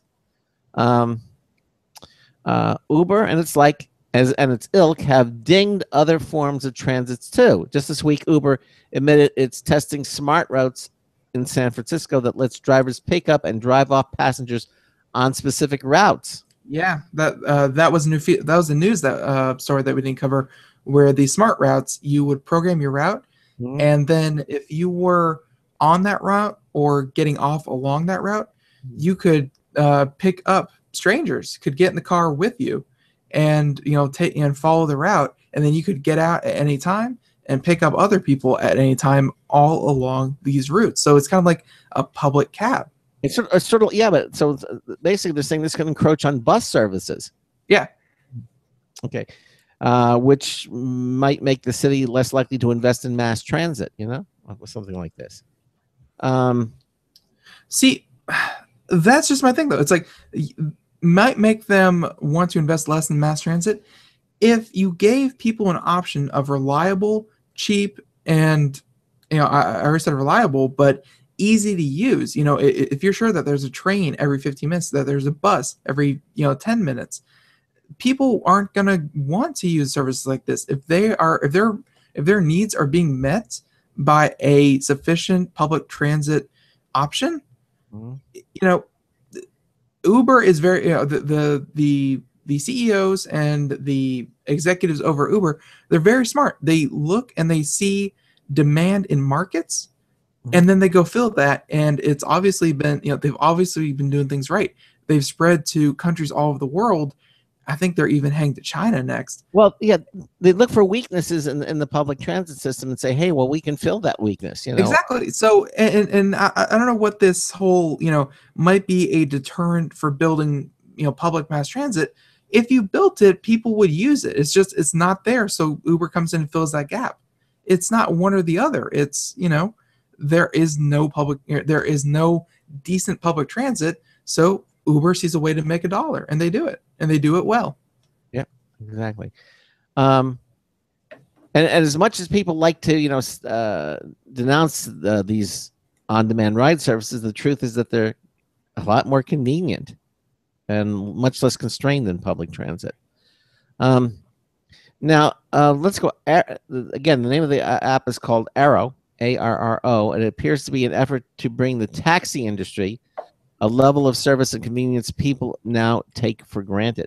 Okay, so again, as I said, you can hail a cab and or you can just tap it into your smartphone and be fairly assured that you're going to have a cab waiting for you. I mean, and that's really a terrific thing. If you're living in a city and anyone who's tried to hail a cab will know that there's some places where you just, you can't get one, or they won't even stop. Some areas of the city, they just won't go. So now New York, according to this article, has some 20,000 taxi cabs, but Arrow's partnership with Creative Mobile Technology currently limits the service to just a portion of them. You don't have all 20,000 cabs available. But still, the startup reportedly is working on a deal with Verifone Systems, which would add more taxis. And if all goes well in New York, Arrow plans to launch in other cities, including San Francisco, Boston, and Washington, D.C. There you go. So it is competition using the existing infrastructure of cabs with an app that will kind of bring them all together. And this could present some competition. Competition and in a country that glorifies their capitalist roots. Yep, people should be rooting for this. This is it. I would think so. Absolutely. All right, you're listening to the Computer America Show. Ben and I are doing computer and technology news brought to you by Slimware Utilities. We've got our social media winner of the week coming up next. We'll be right back with lots more stories. This is Computer America. Hi, this is Craig Crossman, host of the Computer America Show. You have important meetings to schedule. Your company's getting ready for its IPO, and you're in charge of the PTA fundraiser this month. So how do you coordinate everyone to be available at the same time? Are you still using emails, phone calls, even text messages to schedule meetings with a group of people? How's that working out for you? Not so great, huh? It's a fact that every day, millions of people suffer from scheduling headaches. Well, with Doodle, scheduling meetings with a group of people is quick and easy. With Doodle, you can easily propose available times to each member. Each one checks off the times that they're available, and then you simply pick the time that works best for the group, all in an easy-to-read display that integrates with your existing calendar. Nothing could be more simple. Give Doodle a try for free, and like millions of Doodle users, you'll truly see how easy it is to find the perfect date and time for all your meetings. That's www.doodle.com.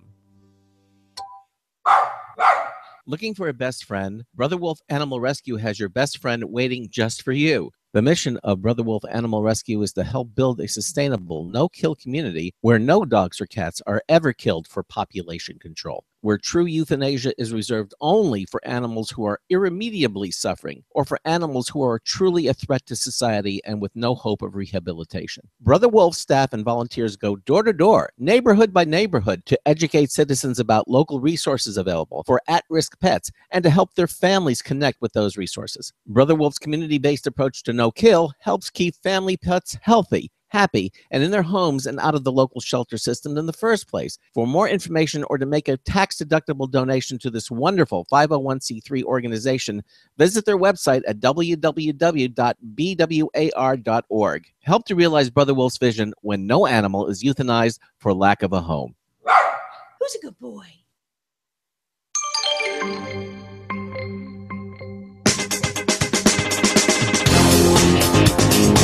I don't care if it is the ladies' room. I'm recording here. Hi, this is Marty Winston with a News Tips Bullet Review for Computer America. This time, the TP-Link RE210 AC750 Wi-Fi range extender.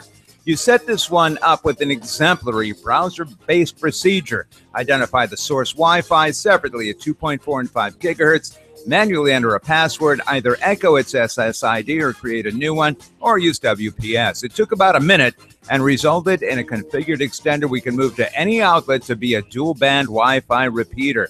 We should mention this product is fairly small. It's a wall wart with swing-up antenna ears, and it will occupy a lower outlet without blocking the upper. It can also act as a bridge through an RJ45 connector underneath. Bottom line, the TP-Link RE210 AC750 dual-band Wi-Fi range extender is configuration and operationally flawless. Marty Winston for News Tips Bulletin and Computer America. Welcome back to the Computer America Show. Here, 33 minutes past the hour in the second hour on a Friday. Our second hour guest has unfortunately been having technical difficulties and will probably, at this late in the hour, not be joining us. Yeah. We will either try to get them back on or just see about. Yeah, I know. They were going to be a very interesting interview because, last time we had them on, we really focused on their 3D printed, very organic looking, very futuristic and nice looking prosthetics, but we really didn't get into the research side of what MHOX does. And we touched a little bit on their bionic eye, but they're doing a lot of research in technology and humans.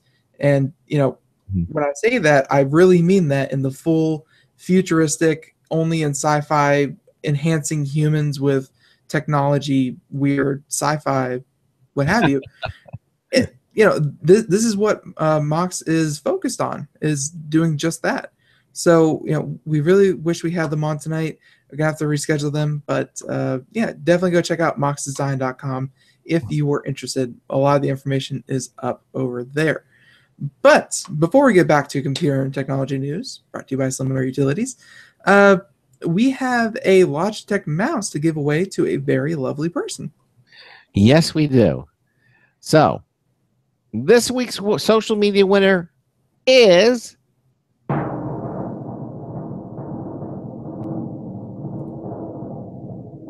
Robert Grimm. All right, Robert, congratulations. Robert wins the Logitech MX Anywhere 2 wireless mouse valued at $80 with the dark field technology that lets it work on glass surfaces. Pair up to 3 computers and switch between them with the touch of a button thanks to its easy switch technology. Congratulations, Robert. You are this week's winner. And again, so just head over to computeramerica.com and you too could be a winner. We list under the social media contest page, we show you all the different social media that we work with. Subscribe to any one or all of them, actually. And each one that you subscribe to will get you an additional entry every single week. You have to only do it once, and then every week you'll get that many votes, I guess, or entries into winning a prize. And we will give away another one next week. But again, congratulations to Robert Grimm. All right. Speaking of Grimm, that's one of my favorite TV shows. I know your mom and I like to watch it, and it's coming back, I think, next in September. So, and then I'm surprised so many of those episodes end kind of happily. Yeah, but well, it ended on a real cliffhanger, so we'll have to see. Well, at the same time, I've read many Brothers Grimm fairy tales. Mm-hmm. They don't end well. I'd say about 80% of the time. The person loses, the children get eaten, the limbs are lost, folks.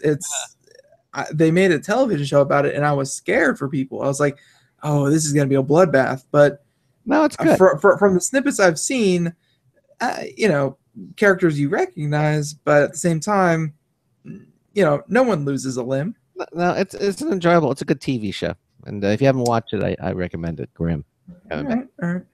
This fall. All right. So Ben and I are continuing to do computer and technology news. Again, brought to you by Slimmer Utilities, the official optimization software of Computer America. And I just did the Uber story, so you're next. All right, I'm next, and we are going to go from car to car. And the second car we're going to is a Google self-driving car. For anyone who doesn't know, Google self-driving cars, they've been on the road, and yes, they've even had their first. They have released all the accident reports from Google self-driving cars after driven 1.8 million miles. That's such an incredible number. Like, I've been driving, for about 7-8 years now, much to the chagrin of the people around me, and I've driven like maybe 60 to 100,000. It's and this thing's already logged 1.8 million miles. Wow. They are using these things like crazy. So 1.8 million miles with only 12 minor accidents, none of which the Google self-driving car was at fault. Wow. Can we take the argument of what happens when the Google self-driving car, kills a person? Because that hasn't happened. Mm-hmm. And if we're comparing these self-driving cars to people, self-driving cars are to the nth degree more safe than people. So that little argument's out of it. But that's not what we're talking about. The cars defaulted to caution, which can cause some strange incidents when Google cars run into humans. Well, run into humans when they're doing strange things, because they run into humans all the time. They're fine. But one such incident reportedly occurred earlier this month in Austin, Texas, when a robot car was baffled by a man riding a fixed gear bike, many used by hipsters around the world. And so here's what happened. The Google car and the cyclist both arrived at a four-way stop. The car got there a fraction of a second before the bike, and the cyclist says he waited for it to continue through. But instead of just putting a foot on the ground at the stop sign, the cyclist did what's called a track stand. Mm-hmm.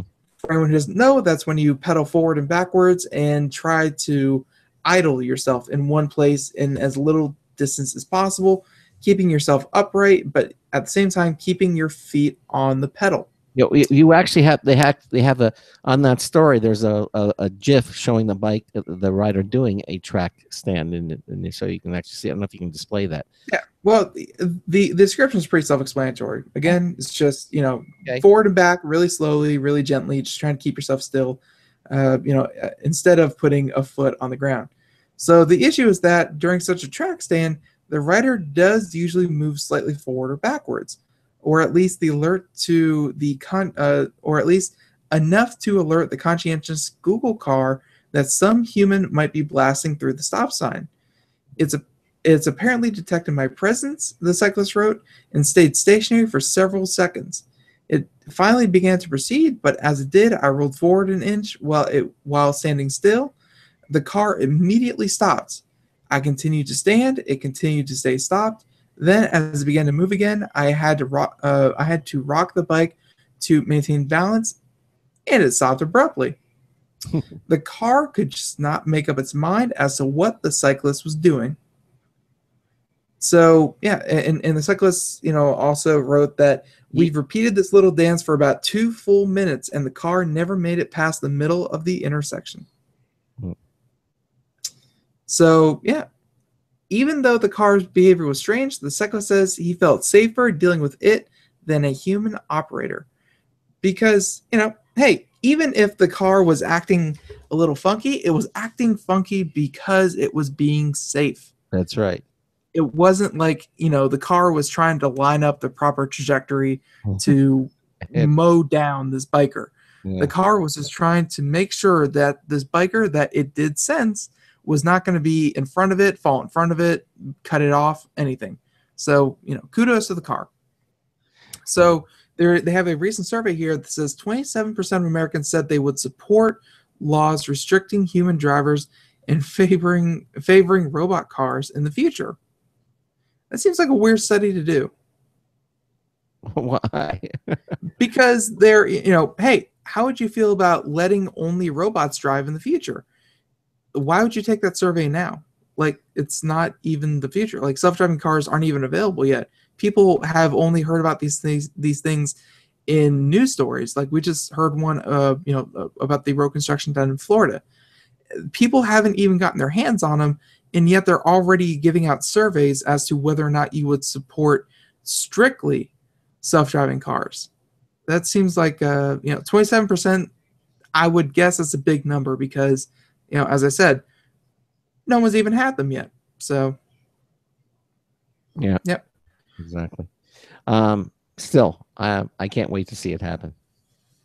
Yeah, it's going to be really cool. But Google says that Google on the whole subject says it's trying to take cyclists seriously. The company has patented a method by which self-driving cars can identify cyclists and understand their hand signals. Yeah, that's cool. Yes, it is. I mean, look at all the stuff they've done for this car. That's amazing. Understanding hand signals from cyclists. And I would suppose the traditional left-hand turn, right-hand turn, stop, that kind of deal. Up, then down like that. Exactly. Yep. Okay. Well, these self-driving cars are going to be smarter than people by the time they make it out to the market. I would think so. They already have a flawless track record now. Can you imagine when they finally get to the road, they're just going to? I think they want to make. I think Google, they're not making a penny off of this. They're using these self-driving cars as as kind of publicity stunts. They're using them to to do their mapping for them. But at the same time, I think when they finally do release the technology, they want it to be so refined and so perfect that no one can nitpick. That no one can nitpick a single thing about the self-driving car. And that's a lofty goal. Mm-hmm. There it is. Okay. This next story from CNET asks the question, will gaming breathe the life into live streaming YouTube? Okay. Now, according to this article by Joan Schlossman, she says, if you've never watched a video of somebody chatting, shrieking, and cursing as they play a video game, Google may soon prod your first close encounter with this nerd kind. Okay. So there it is. Google's YouTube, 2 days ago, Wednesday, launched a dedicated hub for gaming videos. YouTube Gaming pulls together clips and streams featuring video gameplay and commentary, and in true Google fashion, makes them easier to find. It also makes live streaming more accessible as well. Do you think this is going to be a challenge for Twitch TV? You think? Yeah. Yes and no. Yes, in the fact that it's another platform, but no in the sense that we've seen this with a couple of other choices out there. People get entrenched. They find a service, they like it, and they continue to use it, and they don't readily jump from service to service. YouTube obviously has a huge leg up on this because, hey, they are YouTube. They have lots of videos. People already use YouTube. Like, it's kind of hard to use the internet and not in some way use YouTube. So they have that. And then, of course, they could tie this in with search results. So if you search up the game, let's say Halo, it will show you streams by people playing Halo on their market. Like, they can do little things, but as any platform at launch is going to be buggy, is going to have issues, is going to be subject to a lot of DMCA that you just don't want to deal with. It's and then of course there are big name players on the other services that have contracts. So, these people that get 20,000 viewers a day, 20,000, 18,000, 10,000, people that get these huge numbers, they're not going to just abandon ship because YouTube has an option. Yes, it's a good yes, it sounds like a good service, but after they work the bugs out and after they attract some talent, then we can talk about them being a challenger. Until then, I don't think so.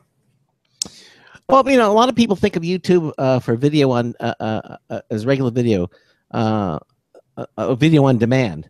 In other words, but it's not, I don't think of YouTube when I think of live streaming video. The first thing that springs to mind is not YouTube, but evidently, because of this game production that they're going to do, maybe people will start to think of YouTube as live video. Now that was a comment by the chief executive of Ustream, which is a live video streaming company. Now, again, according to the story, YouTube reigns the realm of recorded video made by people like you, but when everyday folks want to broadcast what's going on right now, they go somewhere else, and they obviously that's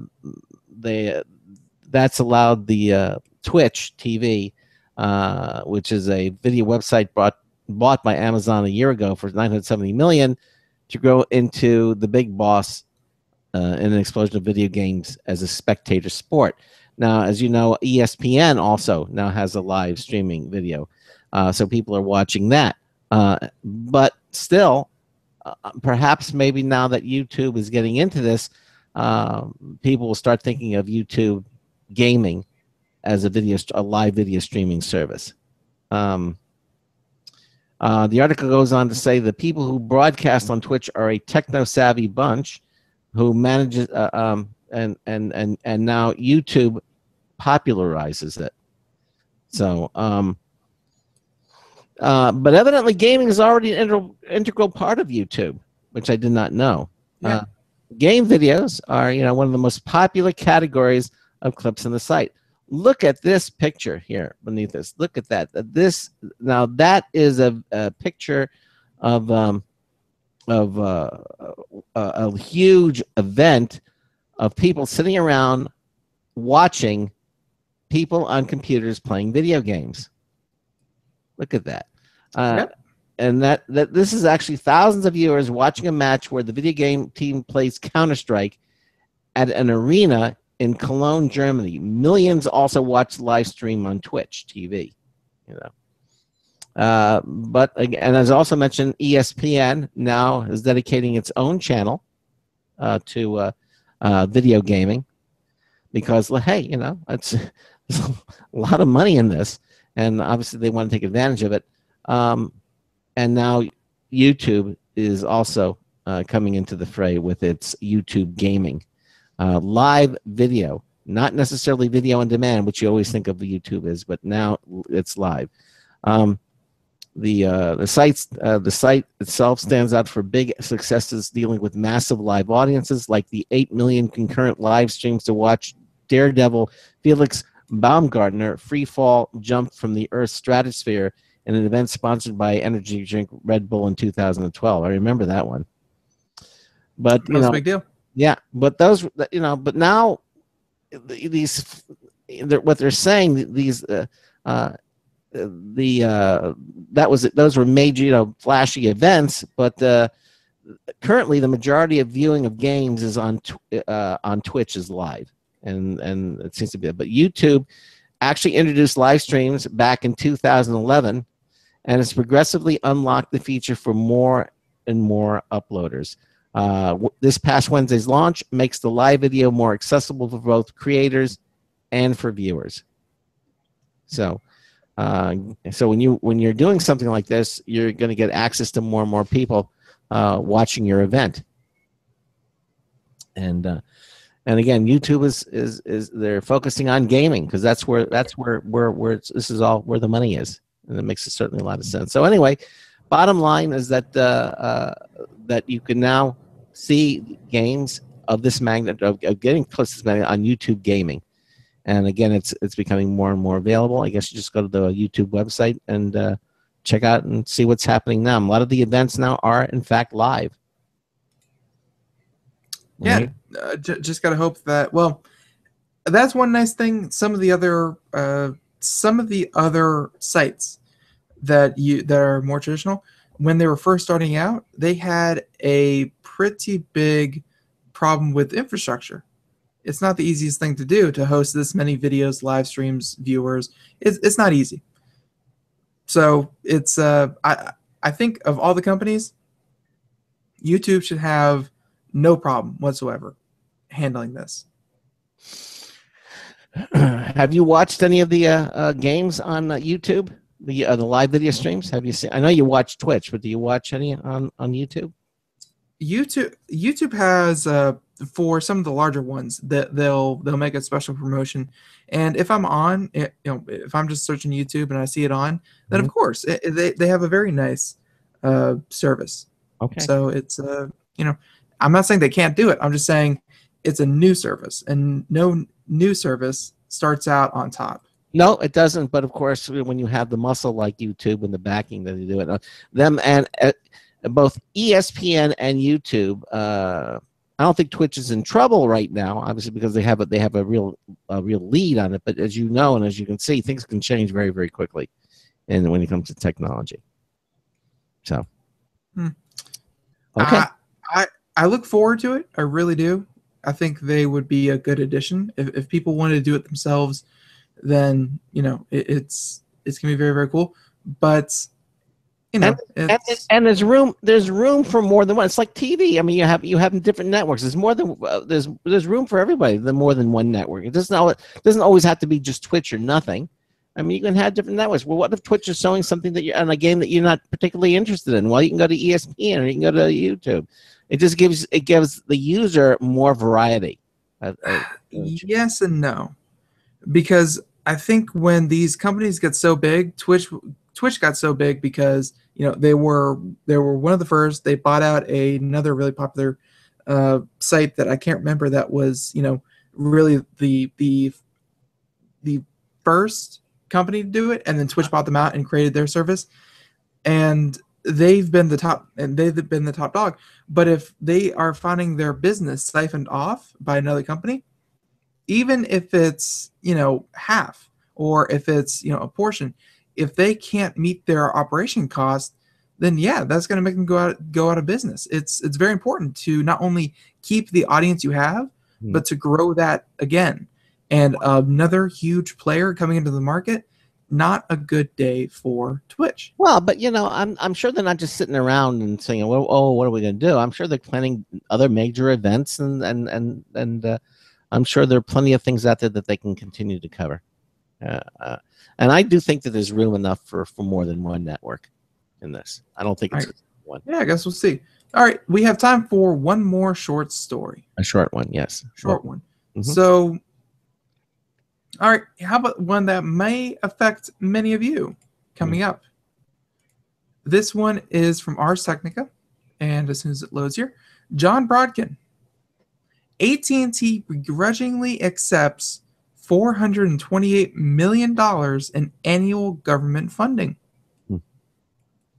In case you didn't know, the government gives AT&T money. Yeah. That happens. So AT&T objected to 10 megabits per second requirement, but will expand quote-unquote broadband in 18 states. How can they object to 10 megabits per second? That's like Stone Age technology nowadays. It is.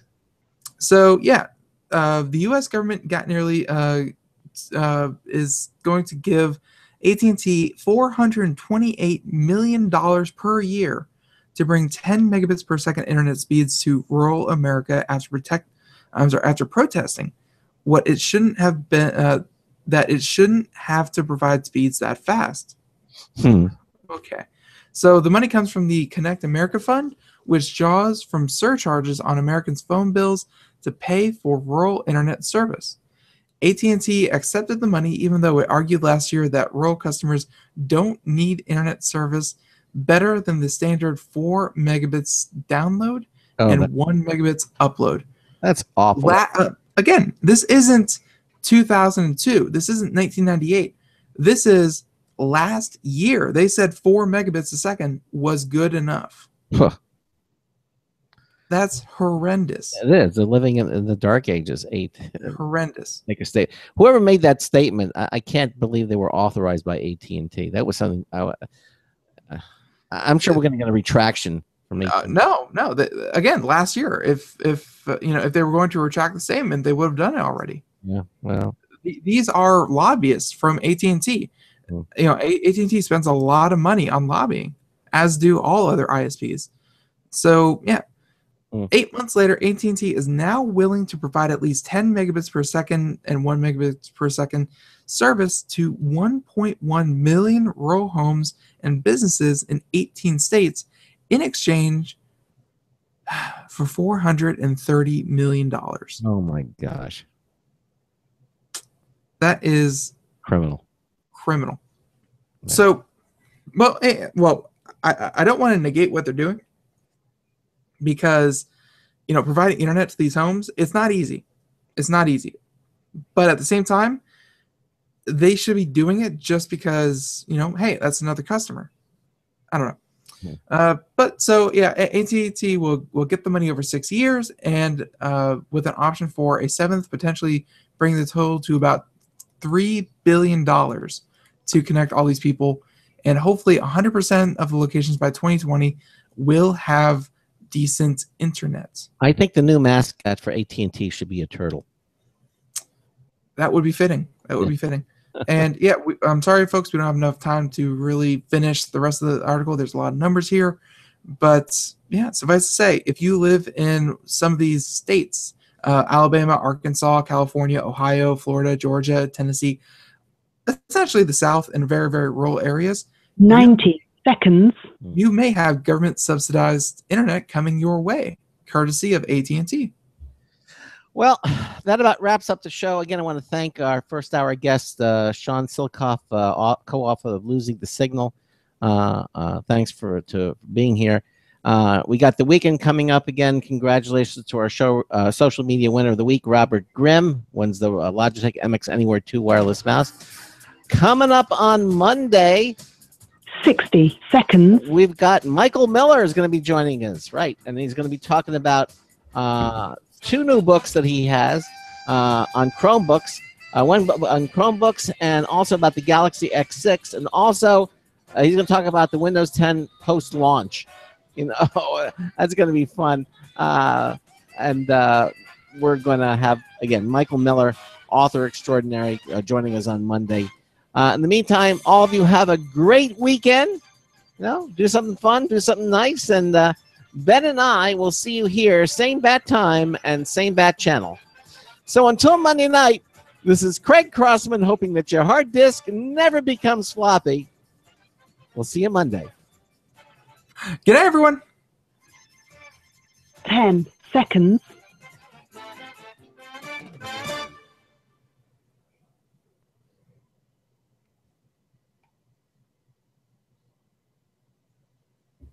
Thank you for using Blog Talk Radio. Goodbye. Okay, everybody, again, have a great weekend. And don't forget, Tuesday, September the 1st, we're going to be on live 3 to 5 p.m. from now on, from that point on, from Tuesday on. But Monday will be our last, Monday will be our last night from 10 to midnight, live. Okay? Have a great weekend. Ben and I'll see you on Monday. Take care. Bye-bye. Good night.